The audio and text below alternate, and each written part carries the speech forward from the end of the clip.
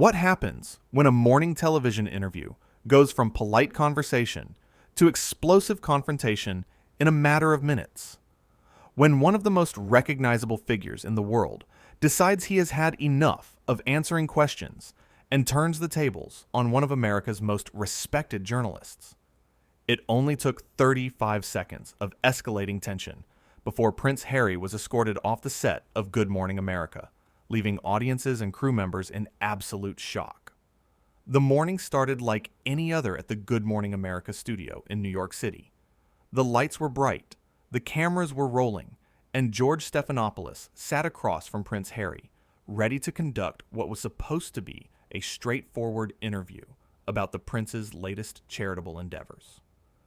The audience at home had tuned in, expecting the usual polished responses, the careful answers, and the rehearsed talking points. What they got instead was something nobody could have predicted. George opened the interview with his trademark professionalism, his voice warm and welcoming. "Your Royal Highness, thank you so much for joining us this morning. We're excited to talk with you about your new initiative and how it's making a difference in communities around the world." Prince Harry nodded, but there was something different in his demeanor from the start. His jaw was tight, his smile forced. "Thanks for having me, George," he replied, his tone clipped and formal. George continued, undeterred by the slightly cold response. "Let's start with the basics. Can you tell our viewers what inspired you to launch this particular program and what you hope to achieve?" The prince shifted in his seat, his fingers drumming on the armrest. "Well, George, I think what's really important here is that people understand the bigger picture. This isn't just about one program or one initiative. This is about changing the way the world sees these issues." It was a dodge, and George knew it. As a seasoned journalist with decades of experience, he had interviewed presidents, world leaders, and celebrities. He knew when someone was avoiding the question. But he remained patient, his expression pleasant. "Of course, and we'd love to hear more about that bigger picture. But specifically, what made you choose this particular cause at this particular time?" Prince Harry's eyes narrowed slightly. "Are you questioning my motives, George?" The studio went quiet. Even the crew members, used to the usual banter and flow of morning television, sensed something was off. George leaned forward slightly, his voice still calm and measured. "Not at all. I'm simply asking you to share with our audience what drives your passion for this work. That's what they want to know." "What they want to know," Harry repeated, his voice taking on an edge. "Or what you want me to say?" George paused, clearly taken aback by the hostile tone. He glanced briefly at the camera before returning his attention to his guest. "I'm not sure I understand what you mean by that." "I think you understand perfectly well," Prince Harry shot back. "You sit there with your questions all lined up, pretending this is a genuine conversation. But really, you're just trying to get me to say something controversial. You're looking for a headline." The accusation hung in the air like smoke. George's expression remained professional, but there was a flash of something in his eyes. Surprise, perhaps, or disappointment. "I can assure you that's not the case. We invited you here to talk about your work, which I think is admirable. I'm simply trying to help you share that message with millions of people." "Help me?" Harry's voice rose slightly. "You don't want to help me, George. You want to help yourself. You want the ratings. You want people to tune in and see you grilling the prince. Well, I'm not here for your entertainment." George took a deep breath, maintaining his composure in a way that only years of live television experience could teach. "I think there may be a misunderstanding here. Let's take a step back. Why don't we talk about the actual impact of your program, the people it's helping?" But Prince Harry was not interested in stepping back. If anything, he was leaning in. "There you go again. Redirecting. Controlling the narrative. This is exactly what I'm talking about. The media thinks it can control everything, dictate how people should think, what they should care about." "I'm not trying to control anything," George replied, his voice still remarkably steady. I'm trying to conduct an interview that you agreed to do. I agreed to come here and talk about important issues, Harry said, his finger now pointing at George, not to be interrogated like I'm on trial. George set down his notes, a gesture that showed he was fully present and engaged. Nobody is interrogating you. These are standard questions that I would ask anyone in your position. Questions about motivation, about impact, about vision. If those feel like an interrogation to you, then perhaps we need to examine why that is. The comment clearly struck a nerve. Prince Harry's face flushed, and when he spoke again, his voice was louder. Perhaps we need to examine why you think you have the right to question me at all. Do you know what I've been through? Do you know what my family has endured because of people like you? People like me, George repeated, his tone now carrying a hint of steel beneath the professionalism. I'm a journalist doing my job. A job, I might add, that involves giving you a platform to share your message with millions of viewers. If you find that offensive, then I'm truly sorry. But I don't think I've done anything wrong here. Of course you don't think you've done anything wrong, Harry said, his words coming faster now.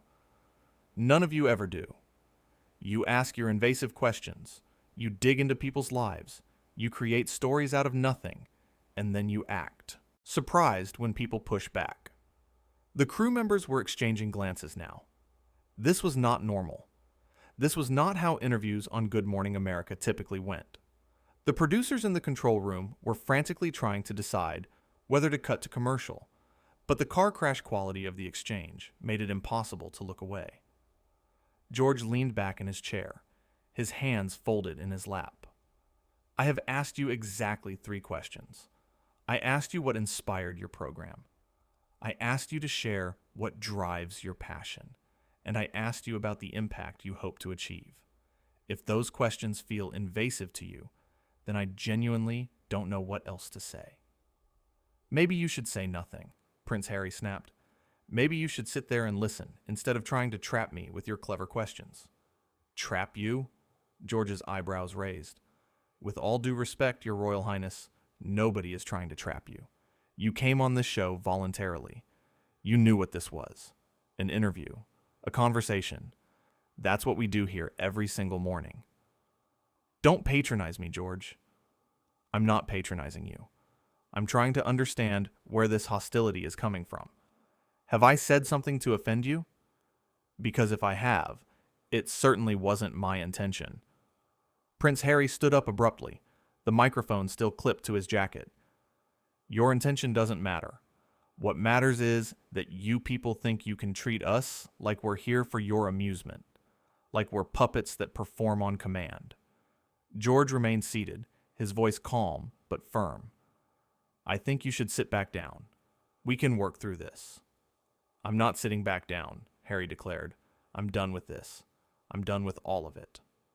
You're done with what, exactly? George asked, standing now as well. With being asked questions? With having conversations? Because that's a pretty fundamental part of how human beings communicate. Don't lecture me about communication, the prince shot back. You wouldn't know genuine communication if it hit you in the face. Everything you do is calculated. Every question is designed. Every smile is fake. The words hit like a slap. George's expression hardened. My smile is fake? Let me tell you something. I have been nothing but respectful to you from the moment you walked into this studio. I prepared for this interview. I read your materials. I approached this conversation with genuine interest in what you have to say. And you have responded with nothing but contempt and accusations. Because you deserve contempt, Harry said, his voice rising to a near shout. You and everyone like you. You destroy lives with your questions. You ruin families with your investigations. You pretend it's about truth, but it's really just about power. George took a step closer, his own frustration finally beginning to show. You want to talk about power? You're a prince. You were born into one of the most powerful families in the world. You have wealth, privilege, and a platform that most people could never dream of. And you're standing here, on national television, attacking me for asking you to explain your charitable work. Do you hear how that sounds? I hear exactly how it sounds, Prince Harry replied. It sounds like someone who's finally had enough. Enough of the games. Enough of the pretense. Enough of people like you pretending to care when all you really want is a story. You are the story! George's voice rose for the first time, matching Harry's intensity. You walked in here and made this about everything except what you supposedly came here to discuss. I gave you every opportunity to talk about your program, your vision, your impact. And instead, you chose to attack me personally, to attack my profession, and to accuse me of having ulterior motives that simply don't exist. The prince's face was red now, his hands clenched into fists at his sides. You think you're so noble, don't you? The respected journalist, the man of integrity. But you're just like all the rest. You're just better at hiding it. George's jaw tightened. I have nothing to hide. My record speaks for itself. I have conducted thousands of interviews over my career. I have treated every single guest with respect and dignity, regardless of whether I agreed with them or liked them personally. That's what professionalism means. That's what integrity looks like. And I will not stand here and be told otherwise by someone who can't handle being asked basic questions about their own project. Basic questions, Harry scoffed. You keep saying that like it makes it true. But I see what you're doing. I see the angle. You want me to slip up. You want me to say something you can use against me. Use against you? George spread his hands wide. You're doing that all by yourself. I haven't had to do anything. You walked in here with an agenda, and it clearly wasn't to talk about charity work. Prince Harry pointed at George again, his fingers shaking. Don't you dare question my commitment to charity. Don't you dare suggest that I'm not serious about the work I do. Then talk about it, George shouted back, his patience finally exhausted. That's all I've been asking you to do. Talk about the work. Share your vision. Help people understand why this matters. But you can't do that, can you? Because this was never about the charity. This was about you having a platform to air your grievances. My grievances? Harry's voice was incredulous. You have no idea what I've been through. You're right, I don't, George said, his tone sharp. Because you won't tell me. You won't answer questions. You won't engage in actual dialogue. You just want to stand here and throw accusations around like they're confetti. The two men stood facing each other, the tension so thick it was almost visible. The cameras were still rolling, capturing every moment of the breakdown. The crew was frozen, unsure whether to intervene or let it play out. Prince Harry's voice dropped to a dangerous quiet. You're going to regret this, George. George's expression hardened further. Is that a threat? It's a promise, Harry said coldly. People will see this. They'll see how you treated me. They'll see your true colors. My true colors? George let out a bitter laugh. They're seeing yours right now, and I don't think it's the picture you wanted to paint. Prince Harry reached up and yanked the microphone off his jacket, the sound of it ripping, echoing through the studio. I'm leaving. That's probably for the best, George said quietly. But Harry wasn't done. He took a step toward George, close enough that the cameras caught the intensity in both their faces. You think you're better than me because you ask questions for a living? You think that makes you important? You're nothing, George. You're a mouthpiece. A puppet for whatever network pays you. At least I'm trying to make a real difference in the world. George's voice was ice cold. If you're trying to make a difference, you have a funny way of showing it. Because right now, all you're doing is demonstrating that you can't handle even the slightest bit of scrutiny. And if you can't handle a morning talk show interview, how do you expect people to take your charity work seriously? The words hit their target. Prince Harry's face contorted with rage. How dare you? How dare you question my work after everything I've sacrificed? What have you sacrificed? George demanded. Specifically, tell me, Because from where I'm standing, you're a privileged man having a tantrum because someone dared to ask you questions. I sacrificed my family, Harry yelled. I sacrificed my home. I sacrificed my privacy. I sacrificed everything. George's voice was quiet, but cutting. You chose to do all those things, and now you're choosing to walk away from this interview instead of using it to actually help people. That's on you, not me. Prince Harry looked like he might explode. His hands were shaking, his breathing rapid. You have no right to judge me. I'm not judging you, George replied. I'm observing you.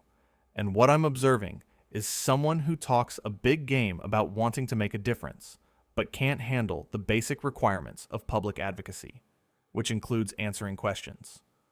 The prince turned to the crew. Where's my security? Get me out of here. Now.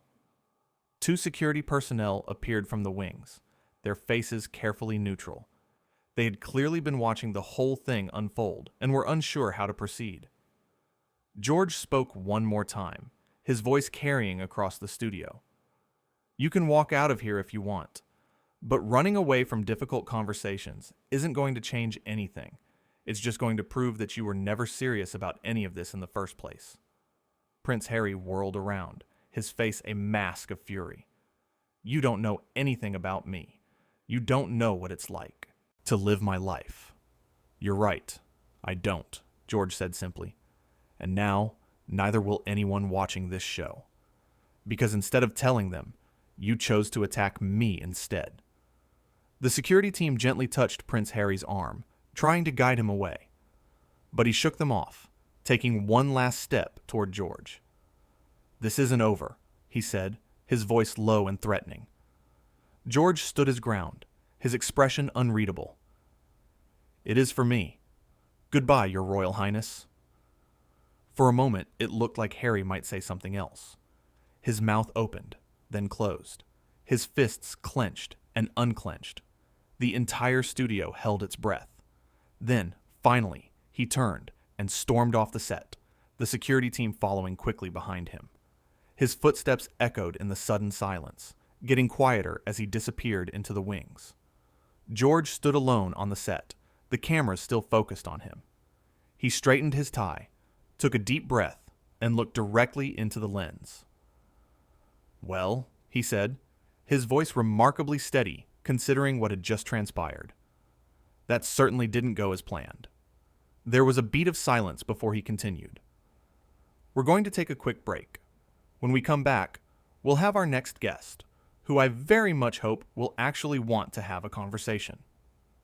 The director called for a commercial break, and the red lights on the cameras blinked off. George finally let his shoulders sag, the weight of the confrontation catching up with him. Crew members rushed over, everyone talking at once, but he held up a hand. I'm fine, he said quietly. I'm fine. Let's just get through the rest of the show. In the wings, Prince Harry was surrounded by his own team, all of them talking urgently. His face was still flushed, his hands still shaking. He could hear the murmur of the crew, could feel the weight of dozens of eyes on him. One of his assistants approached carefully. Your Royal Highness, perhaps we should issue a statement. Not now, Harry snapped. Just get me out of here. They began moving toward the exit, but not before several crew members pulled out their phones. In the age of social media, what had just happened wasn't staying in that studio. It was already spreading, already becoming something bigger than either man could have anticipated. Back on the set, George was talking quietly with his producers. Do we address this when we come back? The producer shook her head. Let's just move on. The footage speaks for itself. George nodded, but there was something in his eyes. Not anger exactly. More like disappointment. He had genuinely wanted to have a good interview. He had prepared. He had been respectful. And it had all fallen apart anyway. As the commercial break wound down and the cameras prepared to go live again, George straightened in his chair. His expression shifted back into professional mode. Whatever he was feeling personally, he wouldn't let it show. The red light came on. Welcome back to Good Morning America. George said, his voice warm and steady as if nothing had happened. "Our next guest is someone I'm very excited to speak with." And just like that, the show continued. But everyone in that studio, everyone watching at home, knew they had just witnessed something extraordinary. A complete breakdown, a spectacular failure of communication. A moment when two men, for very different reasons, had lost control of the narrative. The interview that was supposed to showcase a charitable initiative had instead revealed something much more raw and much more real. It had shown what happens when public figures forget that conversation requires both talking and listening, when ego overtakes purpose, when anger replaces dialogue. George conducted the rest of his show with his usual professionalism, moving through segments with practiced ease. But there was a slight edge to him now, a guardedness that hadn't been there before. In a car speeding away from the studio, Prince Harry stared out the window, his jaw still tight. His phone was buzzing constantly, messages and calls flooding in. But he ignored them all. "That was a disaster," one of his team members said quietly. Harry didn't respond. What could he say? The man was right. It had been a disaster. But in his mind, it wasn't his fault. It was George's. It was the media's. It was everyone's but his own.